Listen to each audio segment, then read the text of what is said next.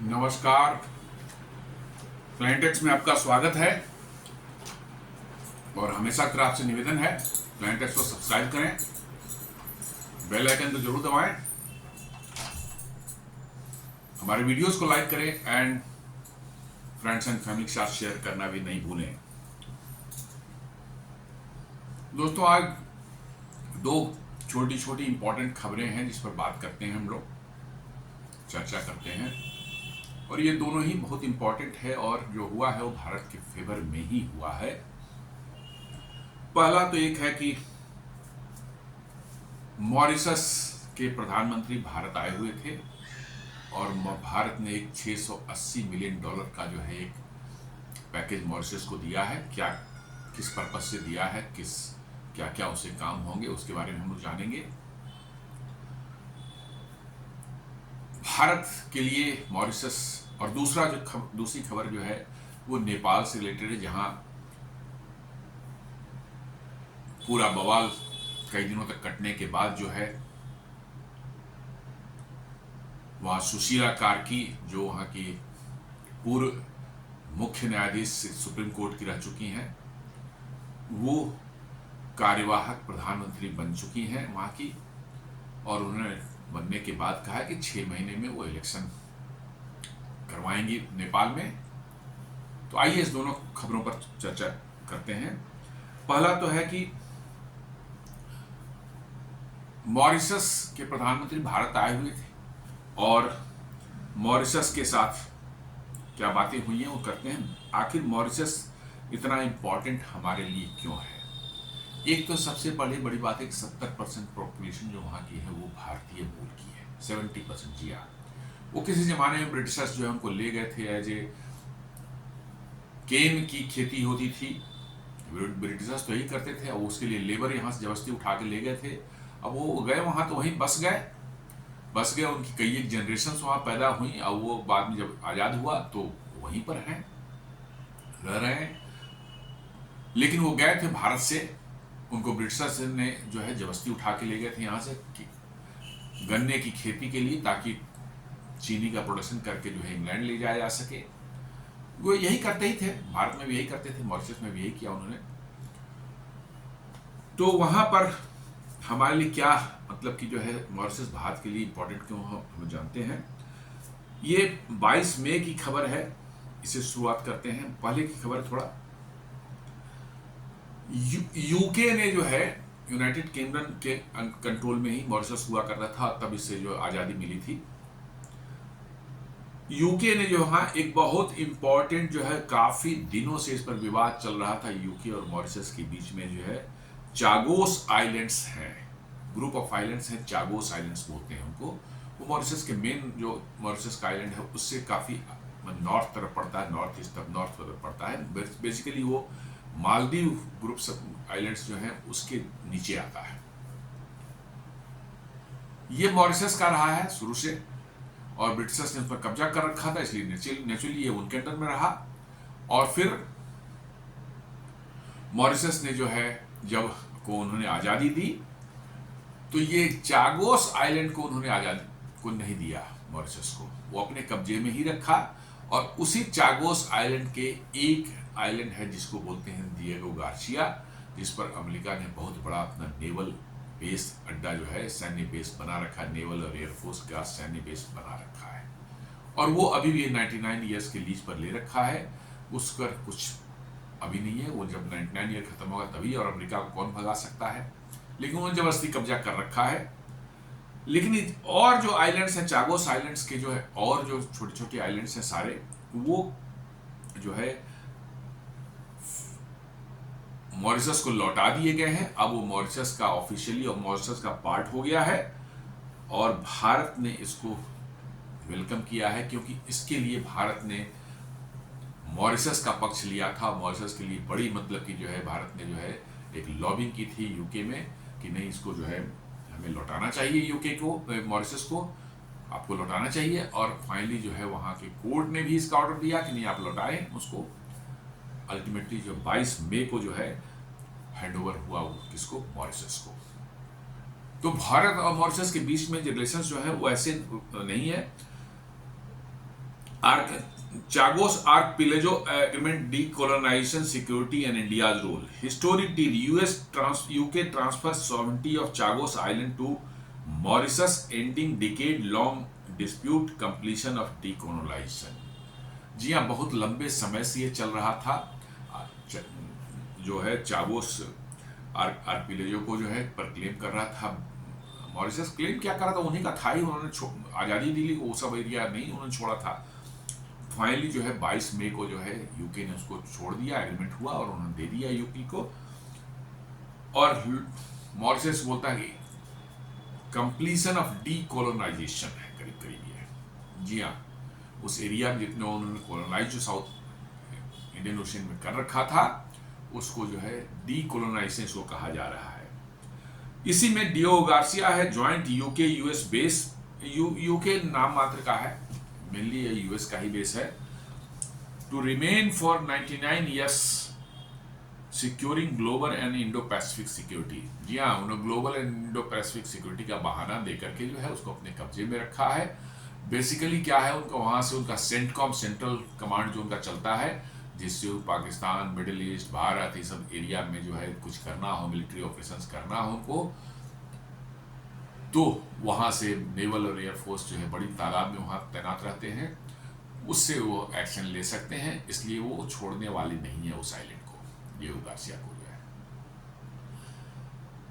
भारत का रोल क्या रहा है इस चागोस आर्किपेलागो एग्रीमेंट में जो है? consistently supported Mauritius claim, backed sovereignty principles and added talks through quiet diplomacy। जी हाँ, भारत ने काफ़ी कोशिश की यूके के साथ बैकडोर डिप्लोमेसी करके जो है, और ओपनली सपोर्ट करके जो है कि भाई ये आर्किपेलागो जो है, चागोस आर्किपेलागो जो है, आप मॉरिशस को लौटा दें, क्योंकि ये उनका हिस्सा है, आपने इसको जबरदस्ती कब्जा कर रखा है।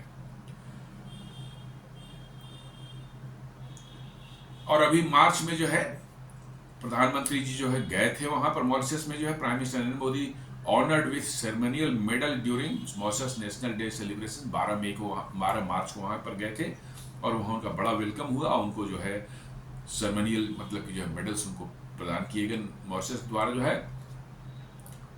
और वहां डिस्कशन हुई, स्ट्रेटेजिक फोकस पर डिस्कशन हुई कि enhancing India Sagar vision, security and growth for all in the region. ये सागर जो है उस एक नाम दिया गया है उसको, इसका फुल फॉर्म है security and growth for all in the region. इस पॉलिसी के तहत जो भारत सरकार ने जो है मॉरिशस के डेवलपमेंट, उसकी मैरीटाइम सिक्योरिटी के लिए जो है बहुत ढेर सारे प्रोग्राम्स जो हैं और ढेर सारे प्रोजेक्ट्स जो हैं उनको वहाँ लॉन्च किए गए। Strengthening Indo Pacific maritime peace presence. जी हाँ, मॉरिशस के एक छोटे से द्वीप पर जो है भारत की नेवल प्रेजेंस भी वहां पर है। मॉरिशस की सुरक्षा को प्रदान करने के लिए, मॉरिशस की सुरक्षा को इंश्योर करने के लिए एक छोटे द्वीप पर जो है भारत की भी एक बहुत बड़ी फोर्स नहीं है, लेकिन हाँ है, लेकिन उसको बाद में जो है और इन्हांस करने का जो है बातचीत हो रही है। और वहाँ पर यदि नेवल और एयरफोर्स का बेस हमारा उस एरिया में हो जाता है, समझिए कि स्ट्रेटेजिकली ये इतना इम्पॉर्टेंट होगा कि आप और हम और आप इसका अंदाजा नहीं लगा सकते कि इंडियन ओशन के उस पार्ट में जहाँ से आप अफ्रीका से ट्रेड करते हैं तो उस रास्ते से जाना पड़ता है, और उस एरिया में जो है आपकी नेवल प्रेजेंस हो, तो आप समझ सकते हैं कि इसकी क्या स्ट्रेटेजिक इंपॉर्टेंस हो सकती है। Countering external influence in the Indian Ocean. जी हाँ, चाइना जो है आप देख ही रहे हैं कैसे इंडियन ओशियन में जो है अपने इन्फ्लुएंस बढ़ाने के लिए किस तरह से जो है हमेशा जो है शिप्स भेजते हैं, क्या क्या भेजते हैं। कई जगह उन्होंने अपने जो है पोर्ट्स बना रखे हैं जहां उनके वारशिप्स जो हैं ये हो सके, डॉक हो सके और उनको लॉजिस्टिक सप्लाई वहां से मिल सके। ये सारी चीजें चाइना कर रहा है।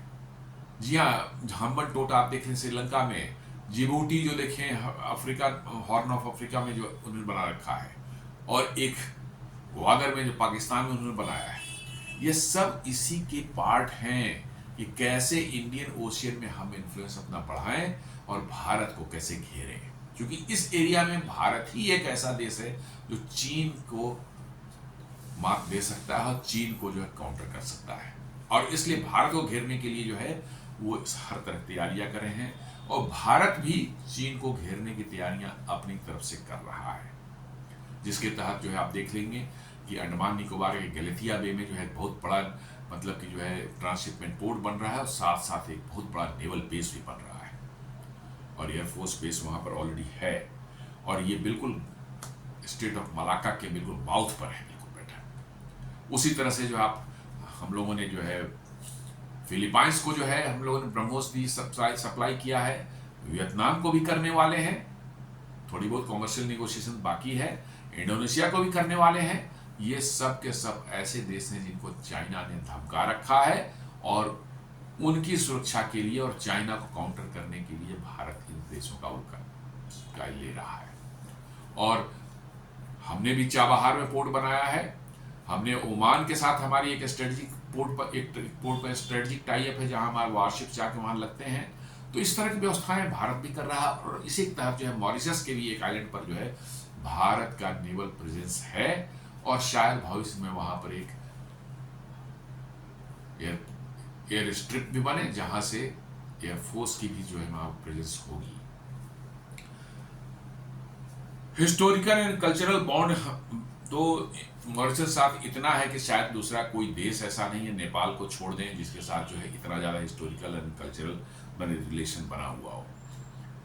Mauritius a nation with 70% Indian origin population. जी हाँ, 70% लोग जो है मॉरिशस की जो आबादी है वो भारतीय मूल के हैं। 20वीं शताब्दी में या 19वीं शताब्दी में कह सकते हैं इनको ले जाया गया था ब्रिटिशर्स द्वारा जो है मॉरिशस एज ए लेबर, जहां पर वो गन्ने की खेती के लिए इनका इस्तेमाल किया जाता था, और फिर वो वहीं बस गए, वहीं रहने लगे, उनके कई जनरेशन वहां पैदा हुए, और ये जब देश आज़ाद हुआ तो ये उसके नागरिक हो गए। तो 70% आबादी जो है भारतीय मूल की है। Celebrates festivals like Diwali and Holi. वो नेचुरली है कि दिवाली एंड होली ये सब इम्पॉर्टेंट फेस्टिवल जो है भारत के जो है खासकर हिंदुओं के हैं, वो वहाँ पर मेन फेस्टिवल्स होते हैं वहाँ पर।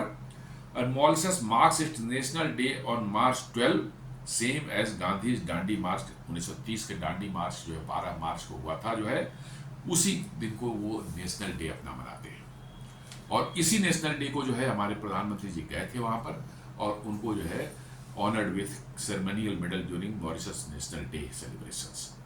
और strong emotional and cultural connect forms the foundation of bilateral ties. जी हाँ, ये स्ट्रॉन्ग कल्चरल कनेक्ट जो है यही हमारे बायलैटरल टाइज का मेन मतलब कि जो है समझिए कि स्ट्रेंथ है, क्योंकि वो अपने फील करते हैं कि हम भारत के ही हैं, और भारत के लोग भी फील करते हैं कि मॉरिशस के लोग जो है भारत के ही हैं। इसलिए कहीं आपको ये महसूस नहीं, टूरिस्ट भी जो जाते हैं मॉरिशस बोलता है कि उनको पता ही नहीं चलता कि वो भारत से आए हैं।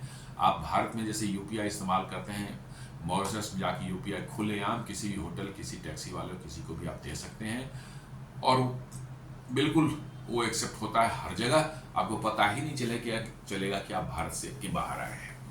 ना लैंग्वेज का बैरियर है, ना कोई करेंसी का कोई प्रॉब्लम है, और ना किसी तरह के लोगों की फीलिंग में किस तरह की बैरियर है। वहाँ के लोग भी भारतीयों को जो है बाहर का नहीं समझते कि नहीं हमारा ही आदमी है ये, और हम लोग वहाँ जाते हैं तो लगता है कि हमारे ही लोग हैं ये, इनसे क्या मतलब कि किस तरह का कोई दिक्कत है।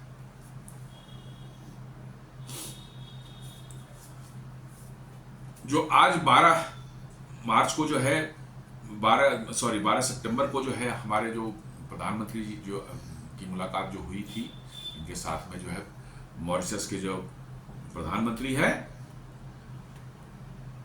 वहां पर एक 680 मिलियन असिस्टेंस पैकेज जो है अनाउंस किया गया मॉरिशस को हेल्प करने के लिए। किस चीज के लिए, कहां कहां इस्तेमाल होगा इसका? ये इस्तेमाल होगा नया एक नेशनल हॉस्पिटल बहुत बड़ा बनाने जा रहे हैं। जी हाँ, एम्स टाइप का एक बहुत बड़ा हॉस्पिटल नया बनाने जा रहे हैं, भारत उसके लिए मदद कर रहा है। और एयरपोर्ट का अपग्रेडेशन होना है, मॉरिशस का जो मेन एयरपोर्ट है, इंटरनेशनल एयरपोर्ट है, उसका अपग्रेडेशन होना है, और रोड्स वगैरह जो वहाँ मॉरिशस में जो है उनके एक्सपेंशन होने हैं। साथ साथ जो पोर्ट रीडेवलपमेंट एंड इक्विपमेंट्स उसके लिए चाहिए उसमें इस्तेमाल किया जाएगा, और उससे भी इंपॉर्टेंट मैरीटाइम सिक्योरिटी प्रोजेक्ट्स। जी हाँ, जो मैं बता रहा हूँ डिटेल नहीं दिए गए हैं, लेकिन वो वही सब हैं जो वहाँ पर भारतीय नेवी तैयार कर रही है मॉरिशस की सुरक्षा के लिए। उसके आसपास के द्वीपों पर जो है जो मैरीटाइम सिक्योरिटी प्रोवाइड करने के लिए जो व्यवस्थाएं की जा रही हैं उसके लिए पैसे दिए गए हैं। तो आप समझ सकते हैं कि भारत और मॉरिशस के जो आपसी रिलेशंस हैं वो कितने गहरे हैं और कितने मजबूत फाउंडेशन पर खड़े हैं।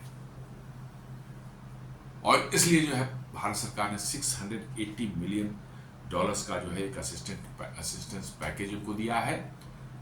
ये लोन नहीं है, ये पूरी तरह से ऐड है, और ये मॉरिशस के विकास के लिए, उनके जो समस्याएं हैं हॉस्पिटल्स का, एयरपोर्ट्स का, उनके पोर्ट जो हैं उनको उनका जो है डेवलपमेंट के लिए, और साथ साथ मॉरिशस के आसपास जो है हिंद महासागर में जो है जो मैरीटाइम सिक्योरिटी है उसको इनहांस करने के लिए इन पैसों का इस्तेमाल किया जाएगा।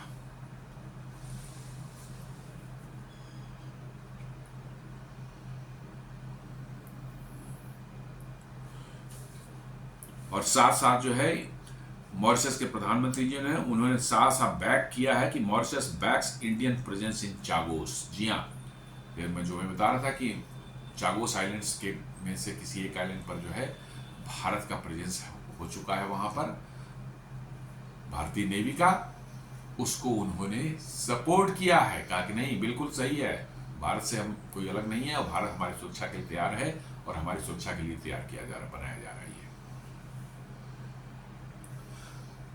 So वही correct, the package strengthens healthcare infrastructure and strategic cooperation। साथ साथ जो है भारत और मॉरिशस ने एक डील किया है कि ये आपस में कोई ट्रेड करेंगे तो ये इंडियन रूपी एंड मॉरिशियन रूपी में ट्रेड करने के लिए बात हो रही है। मतलब कोई थर्ड करेंसी जैसे डॉलर या यूरो की बात नहीं हो रही है, ये बात हो रही है कि हम इंडियन रूपी और मॉरिशस की जो रूपी है उसमें हम ट्रेड करेंगे। इससे फायदा दोनों को है कि आपको कोई एक्सटर्नल फॉरेन करेंसी की जरूरत नहीं है। मॉरिशस को कुछ भी भारत से खरीदना हो, मॉरिशियन रूपी भारत को दे सकता है, और वो मोस्टर अकाउंट के थ्रू जो है वो भारत ले लेगा, उनको सामान मिलेंगे जो भी चाहिए। और भारत को जब वहां से कुछ मंगाना होगा, खासकर फिशरीज के प्रोडक्ट्स होते हैं या मतलब कि एग्रीकल्चर के प्रोडक्ट्स होते हैं, या इंडियन टूरिस्ट वहां जाते हैं वो खर्च करते हैं, वो रूपी में खर्च करेंगे और उनको जो है वो रूपी में मॉरिशियन रूपी में जो है कन्वर्ट करके वहां पेमेंट कर देंगे उसको। तो विन विन सिचुएशन है, आपको ना डॉलर की जरूरत है ना यूरो की जरूरत है। तो reduces dependence on US dollar oblique euro, इन दोनों पर डिपेंडेंसी दोनों ही देशों की कम हो जाएगी, खत्म हो जाएगी। बेनिफिट्स क्या है? लोअर फॉरेक्स रिस्क जो है, जो फॉरेन एक्सचेंज का रिस्क जो हमेशा बना रहता है, कब कम हो जाए कब बढ़ जाए, कभी आपका फॉरेन बहुत कम नीचे आ जाता है तो आपका एक्सपोर्ट इंपोर्ट तब परेशानी होने लगती है, इससे आप बच सकते हैं। फास्टर एंड चीपर ट्रांजैक्शन, जी हाँ, काफी यूपीआई थ्रू करते हैं, सेकंड्स भी नहीं लगते कि ट्रांजैक्शन हो जाता है। साथ साथ जो है आपको कोई कन्वर्सन चार्जेस नहीं देने पड़ते। जी हाँ, अमेरिका तो आजकल यही सब धंधे करके कमाता है ना, डॉलर को जो है रिजर्व करेंसी बना दिया है और हम और आप डॉलर में चलते हैं। पहले हम अपना रुपया बैंक को देकर के उसको डॉलर में कन्वर्ट कराएंगे, कन्वर्सन चार्जेज अमेरिका उसमें कमाएगा, फिर ये जाएगा जिसको हम देंगे उसके पास में, वो फिर अपनी करेंसी में कन्वर्ट कराएगा, फिर उसको कन्वर्सन चार्जेज मिलेंगे, मिला जुला के 3 से 4% जो है पैसे जो है अमेरिका इसमें खा जाता है। अमेरिका कोई काम थोड़े करता है आजकल, यही धंधे दो नंबरिया काम करके पैसे कमाता है। तो ये कन्वर्सन वगैरह जो है खत्म हो जाएगा, या होगा तो बहुत मिनिमम लगेगा, आपस में ही दोनों देशों के बीच में उसका ट्रांजेक्शन हो जाएगा, तो आपको उससे निजात मिलेगी। और साथ साथ जो है चीपर है, फास्टर है, तुरंत यूपीआई से लिंक हो जाता है सारी चीजें, तो नो नीड ऑफ एनी कहीं पर आपको करेंसी लेना है, बैंक जाना है, तो कुछ भी नहीं, आप सीधे यूपीआई से ट्रांसफर कर सकते हैं और वो पेमेंट उसको चली जाएगी। स्ट्रेंथन्स न्यू रूपी इन ग्लोबल ट्रेड। जी हाँ, जैसे जैसे भारत का बढ़ेगा वैसे वैसे भारत का जो है ये रूपी का ज्यादा प्रचलन होगा इंटरनेशनल ट्रेड में, तो रूपी का वर्चस्व जो है इंटरनेशनल मार्केट में जो है फॉरेक्स मार्केट में और बढ़ेगा और रूपी स्ट्रेंथन होगा इससे।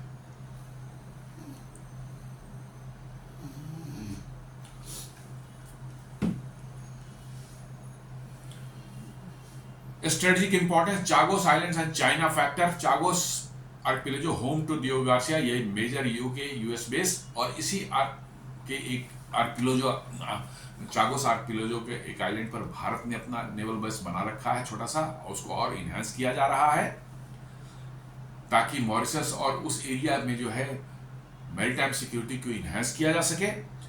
इन May 2025 UK recognise Mauritius sovereignty, Diego Garcia still under US UK control. जी हाँ, चागोस आर्किपेलागो को तो उन्होंने दे दिया मॉरिशस को, लेकिन डियोगो गार्सिया को रख लिया अभी भी अपने पास में। Mauritius lacks resources for surveillance, India to provide equipment personnel and training. जी हाँ, इतना बड़ा एरिया है हिंद महासागर में, मॉरिशस जो है उसके पास ना उतना रिसोर्सेज हैं, ना मैन पावर है, ना इक्विपमेंट्स हैं, तो भारत उनको जो है प्रोवाइड कर रहा है, आपको इक्विपमेंट दे रहा है, पर्सनल दे रहा है, ट्रेनिंग दे रहा है और अपनी प्रेजेंस भी वहां रख रहा है। चाइना फैक्टर है, आपको जानते ही हैं पूरे इंडियन ओशियन रीजन में चाइना हर जगह अपने पैर जमाने की कोशिश कर रहा है, और भारत के साथ मॉरिशस रिलेशंस होंगे तो उस एरिया से कम से कम मॉरिशस और उसके आसपास के आइलैंड से जो है चाइना को दूर रखा जा सकता है। भारत का जो India outreach is part of SAGAR policy security and growth for all in the region. SAGAR कहते हैं security and growth for all in the region, उसी का पार्ट ये है, और उसी पार्ट के तहत जो $680 मिलियन का उनको जो दिया गया है सपोर्ट, जो हेल्प दिया गया है, तो $680 मिलियन का हमने उनको हेल्प दिया है, डेवलपमेंट प्लस सिक्योरिटी दोनों के लिए दिया है इनको।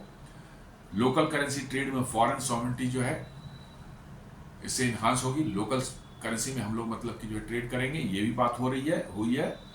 Mauritius gateway to Africa and key ally in Indo Pacific. जी मॉरिशस के ज्यादा दूर अफ्रीका नहीं है, तो आपके अफ्रीका ट्रेड के रास्ते में ही पड़ता है वो, तो आपके शिप्स वगैरह अफ्रीका जाए, मोजाम्बिक है, साउथ अफ्रीका जाए, या वेस्टर्न कोस्ट पर अफ्रीका के जाना हो उनको, किसी देश में नामीबिया वगैरह से, अभी प्रधानमंत्री जी नामीबिया गए थे जहाँ पर रेयर अर्थ और बहुत से लिथियम और क्या इन सब चीज़ों की डील हुई थी, वो आपके शिप्स वही मॉरिशस के साइड से ही जाएंगे, तो आपको सिक्योर होना चाहिए वो पूरा एरिया, और इसलिए जो है ये इंपॉर्टेंट है ये सारी डील जो है।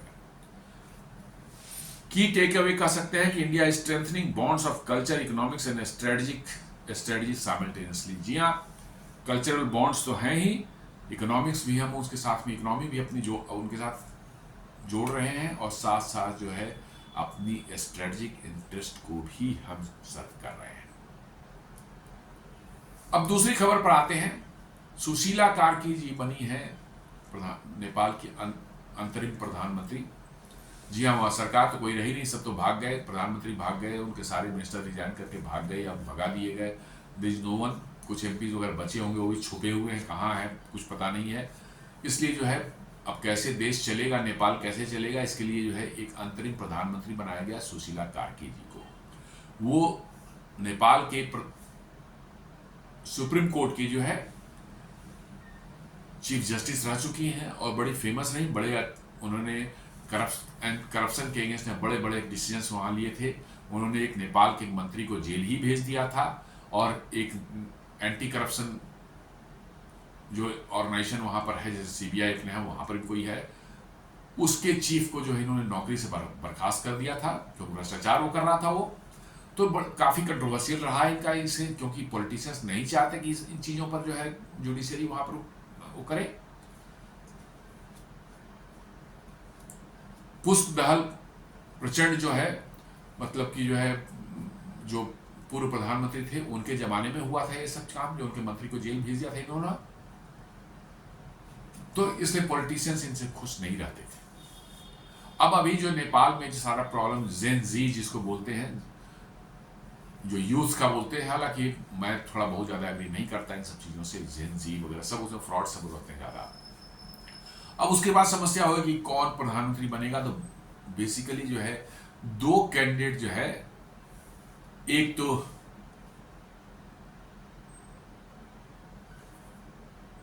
बालेन शाह जो है, जो काठमांडू के मेयर हैं, 34-35 साल के हैं, उन्होंने अपना नाम प्रॉप कर गया, और एक गुरुंग करके कोई है, वो भी जेनजी के बड़े लोग जो है वो सपोर्ट करते हैं उनको, उनका नाम भी उछल रहा था। कभी बालेन शाह का शुरू में उछला, फिर बाकर के गुरुंग का उछला, और ये दोनों के दोनों जो है अमेरिका के पिट्ठू है। जी हाँ, और अमेरिका चाह रहा था कि इन्हीं दोनों में से कोई बन जाए, ताकि अमेरिका के क्लच में रहे सरकार, और जैसा चाहे वैसा उनका जो है वहां पर वर्चस्व चले। लेकिन ऐसा नहीं हुआ, ऐसा नहीं हुआ। बालेन शाह पर जो है एक जेनजी के दूसरे ग्रुप, गुरुंग वाले ग्रुप में है, उसने उनको एक्सेप्ट नहीं किया। गुरुंग का जब नाम आया तो बालेन शाह के ग्रुप ने उनको एक्सेप्ट नहीं किया, क्योंकि गुरुंग, बालेन शाह को लगा कि एक बार गुरुंग आ गया तो फिर हमारा ही पत्ता काट देगा। अल्टीमेटली झक मार करके जो है सुशीला कार्की का सपोर्ट बालेन शाह ने किया, और बालेन शाह के और लोगों ने तो कर ही रहे थे, और बालेन शाह के नाम पर वहां की आर्मी भी बिल्कुल तैयार नहीं थी, क्योंकि ये अमेरिका का पिट्ठू है। इसका देखें कैसे इसको न्यूयॉर्क टाइम्स और वाशिंगटन पोस्ट जो है इसको प्रमोट करता है। मैंने बिल्कुल समझ, काठमांडू के जैसे एक शहर के मेयर को उसके ईच एंड एवरी एक्टिविटी को न्यूयॉर्क टाइम्स और मतलब कि जो है वाशिंगटन पोस्ट प्रमोट करता है। और ये गुरुंग को भी अमेरिका का जो है डीप स्टेट जो है वो भी इनको पोषित कर रहा है, और इनको जो है इनकी ग्रूमिंग कर रहा था लंबे समय से। अब जो है सुशीला कार्की जी बन गई तो बड़ा कष्ट अब लोगों को हो रहा है। अब कुछ लोग जो है, भारत में भी कुछ लोगों को कष्ट हो रहा है, खासकर एबीपी जैसे जो है न्यूज चैनल जो है, बाप रे, इनकी तो ऐसी हालत हो गई, लगता है जैसे कि इनका घर लूट गया है। अब ये एक नया थ्योरी लाए हैं कि भाई ये जो आंदोलन था ये ब्राह्मणों के अगेंस्ट में था। हाँ, सडनली जो है ब्राह्मणों के अगेंस्ट में था। सुशीला कार्की बनी, चूंकि वो ब्राह्मण है और वो बनारस हिंदू यूनिवर्सिटी से उन्होंने पोस्ट ग्रेजुएशन किया है, तो अब एक नया जो है कंस्पिरेसी शुरू हो गया एबीपी के द्वारा कि नहीं, नेपाल की कम्युनिस्ट पार्टी में सभी बड़े नेता जितने हैं वो सब ब्राह्मण्स हैं और वो करप्शन में लिप्त थे, इसलिए पूरा ये जो एजिटेशन था या प्रोटेस्ट थे, डेमोन्स्ट्रेशंस थे, ये प्रोटेस्ट थे, ये सब के सब जो है ब्राह्मणों के अगेंस्ट में थे, क्योंकि ब्राह्मण करप्ट थे, इसलिए जो है, और इसलिए सुशीला कार्की को नहीं करना चाहिए क्योंकि वो भी ब्राह्मण है। ये भारत का चैनल एबीपी इसको बहुत बेशर्मी से इसने प्रचारित किया अपने चैनल पर जो है, और भारत का लेफ्ट लिबरल गैंग जो है पूरी तरह से जो है जला भुना हुआ है कि सुशीला कार्की कैसे बन गई। उनको चाहिए था कोई फ्रॉड जो है लेफ्टिस्ट और लिबरल टाइप का बनना चाहिए था, जिसको क्यों मैनिपुलेट कर सकते थे और उसको जो है आराम से जो है हैंडल कर सकते थे। सुशीला कार्की ने पहले ही बहुत पहले ही कह दिया था कि हाँ, अब मैं मोदी जी की प्रशंसक हूँ और भारत की प्रशंसक हूँ, और है भी वो। उन्होंने कह दिया था कि मैं मोदी जी की प्रशंसक हूँ और भारत की प्रशंसक हूँ, और भारत के साथ हमें अपने रिश्ते बहुत अच्छे रखने हैं, ये उन्होंने पहले बता दिया था, अभी नहीं, बहुत पहले। तो उनको लेकर के भारत में जो लेफ्ट लिबरल गैंग जो है उनको बड़ी मिर्ची लगी है, बहुत जोर की मिर्ची लगी है। और ये कौन लोग हैं? ये वही लोग हैं जो तिरुपति से पशुपति करते थे। जी हाँ, जो माओवादी सब जो है छत्तीसगढ़ के जंगलों में, झारखंड के जंगलों में, और उनका प्लान था, क्या था कि एक रेड कॉरिडोर हम बनाएंगे, कहां से? नेपाल के काठमांडू, जहां पशुपतिनाथ का भगवान महादेव का जो है मंदिर है, और वहां से हम तिरुपति तक, जी हाँ, तिरुपति में बालाजी का जो मंदिर है वहां, तो उसको वो कहते थे पशुपति तो तिरुपति, मतलब ये ऐसा रेड कॉरिडोर होगा जो उसमें पूरी तरह से जो मार्क्सिस्टों और माओवादियों का कब्जा होगा, और वो उसको कहते थे कि लिबरेटेड जोन होगा ये। जी हाँ, लेकिन ऐसी कुटाई हुई है पिछले 1-1.5 सालों में माओवादियों की भारत में जो है, ऐसी कुटाई हुई, छत्तीसगढ़ हो, झारखंड हो, कि उनका जो कमर तोड़ के रख दिया है। अब 2-4 बचे हैं, सब भागे भागे फिर रहे हैं, और ये दर्द किसको हो रहा है? सब जो शहरों में बैठे हुए उनके आका जो है अर्बन नक्सल्स। जी हाँ, दर्द उनको हो रहा है, क्योंकि इनकी फाइनेंसिंग जो है वहीं से आती थी। वो वसूली करते थे जंगलों में पेड़ काटने का, तेंदुपत्ते का कारोबारियों से, या कोई सरकारी कॉन्ट्रैक्ट वाला कॉन्ट्रैक्टर है वहां पर, उससे वसूली करते थे। और उसका बड़ा पैसा एक हिस्सा जो है ये अर्बन नक्सल जो सरहों बस बैठे हुए इनको मिलता था। क्यों मिलता था? कि यही उनको कवर फायर देते थे मीडिया में, सोशल मतलब इवेंट्स में, या कहीं सेमिनार हो रहा उसमें सपोर्ट कर दिया जाता था उनको डिफरेंट डिफरेंट प्रिटेक्स्ट पर जो है। और साथ साथ कोर्ट्स में भी, जी हाँ, कोर्ट्स में भी जो है नक्सल्स को जो है कैसे सपोर्ट मिला है भारत में जो है ये लोगों को अच्छे से पता है। तो ये अर्बन नक्सल गैंग्स, चूंकि इनका जो है फंडिंग का सोर्स जो है वो जंगलों से जो आता था इनको, माओवादियों से, वो इनका खत्म हो गया। तो इनको बड़ी बेचैनी है। ये पशुपति जो तिरुपति वाला जो है इनका पूरा पूरा का पूरा तो 5, 6, 10 डिस्ट्रिक्ट बचे हैं, 5, 6 डिस्ट्रिक्ट बचे हैं जहाँ माओवादियों में थोड़ा बहुत है। नहीं तो कहाँ एक समय में 150-200 डिस्ट्रिक्ट पूरे इंडिया में, जिनको कहा जाता था कि लिबरेटेड जोन है, वो डिक्लेयर करते थे माओवादी। और ऐसी कुटाई हुई है, ऐसी कुटाई के दिन में 30-30, 40-40, 50-50 मारे गए हैं। और जिन्होंने सरेंडर कर दिया है उनको सरकार जो है अच्छे से रिहेबिलिटेट कर रही है, और वो अच्छी जिंदगी जी रहे हैं, उनके रोजगार के साधन उपलब्ध कराए जा रहे हैं, और उन्होंने मेन स्ट्रीम को ज्वाइन कर लिया है। अब इन अर्बन नक्सल्स को लग रहा है कि इनको पैसा आखिर आएगा कहां से? इनको तो मुफ्त के पैसा चाहिए था। जी हाँ, ऐश मौज करने के लिए अरुंधति राय, ये सब मेघा पटकर, ये सब कौन सब है? ये सब वही अर्बन नक्सल्स है। हर्ष मंदर है, या ये रवीश कुमार, पुण्य प्रसून वाजपेयी, ये सब कौन से हैं लोग? ये वही लोग हैं, वही अर्बन नक्सल के ही गैंग के पार्ट हैं।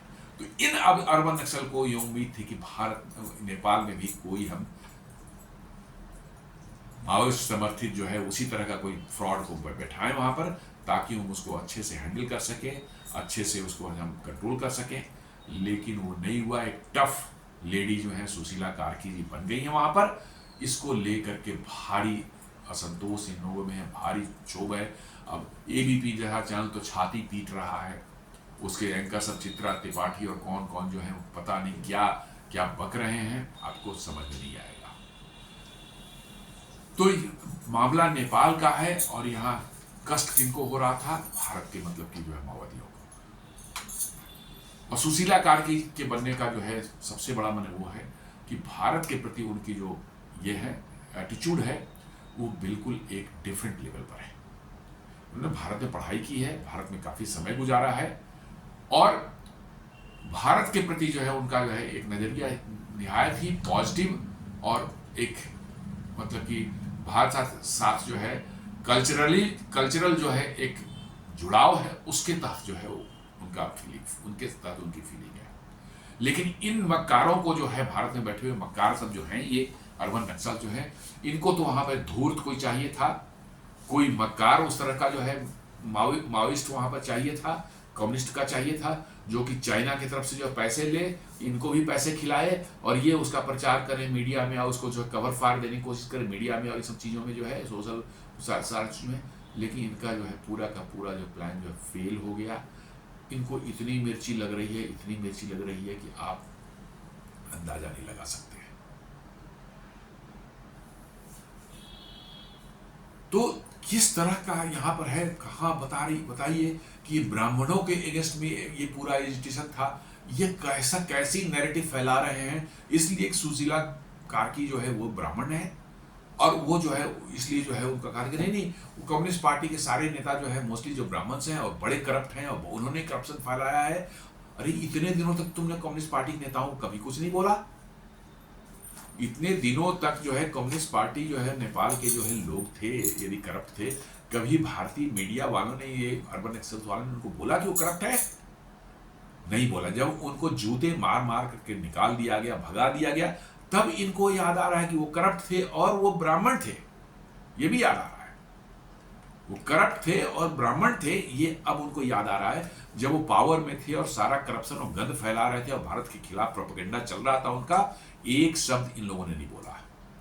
जी हाँ, भारत के बहुत से एरिया वो मतलब कि जो है लिपुलेख दर्रा और सबके ऊपर जो है क्लेम करके जो है उसने मैप निकलवाया था वहां पर। यही आपको ओली ने जो है उस समय किसी ने अर्बन नक्सल ने उसका विरोध नहीं किया था। क्यों?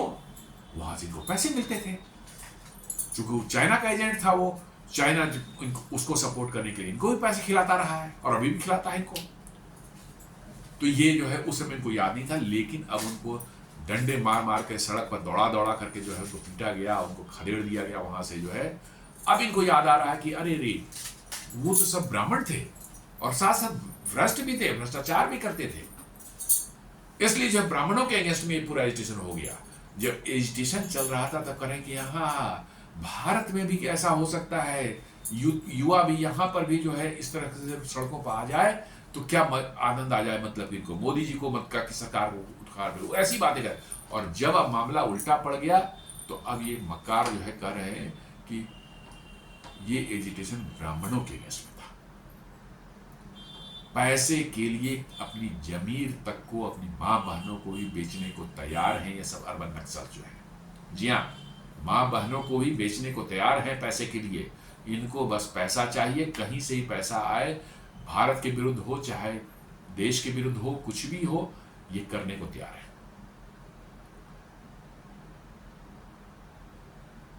अरे ऐसे लोग हैं कि आप क्या इनको बताया जाए कि मैं तो इसी बात पर हैरान हूं कि अभी 3 दिन 4 दिन पहले पर तक जो है ये सब जो है जेन जी कर रहा है, इसलिए कर रहा, वहां पर भ्रष्टाचार है हो गया है, वो नौकरी नहीं मिल रही है, वो है। अब उसको रंग कैसे बदला जा रहा है कि वो ब्राह्मणों के अगेंस्ट में था, कम्युनिस्ट के अगेंस्ट में नहीं था। कम्युनिस्ट का नाम नहीं ले रहे हैं, क्योंकि इनकी इनकी इनकी रोजी रोटी चली जाएगी ना उससे।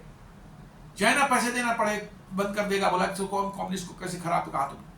ब्राह्मण थे इसलिए वो खराब थे, कम्युनिस्ट थे इसलिए खराब थे, ये नहीं है।